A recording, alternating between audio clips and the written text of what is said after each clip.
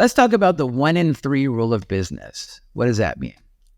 Basically, the systems and processes that you use for one person, yourself, when you're doing business, are going to have to change when there's 2 other people that are actually working at the company, right?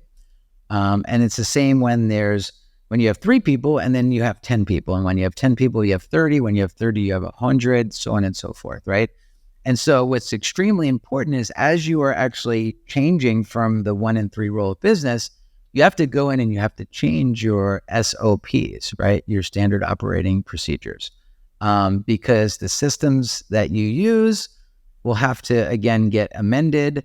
And then you're going to learn some lessons and you're going to have to, basically just kind of figure it out. And so that's just something that's extremely important. I think if you kind of know this in the back of your mind as you start to grow, just remember that the SOPs that you built have to get changed, have to get adjusted. And eventually you might get to the point like you did, like we are, where we actually have like a learning and development manager that basically not only do we have the SOPs, but we also build like curriculum to make sure that everybody truly understands how the SOPs work, right? And if you don't, you can go into our knowledge center and you can take courses and you can learn, and then there's tests.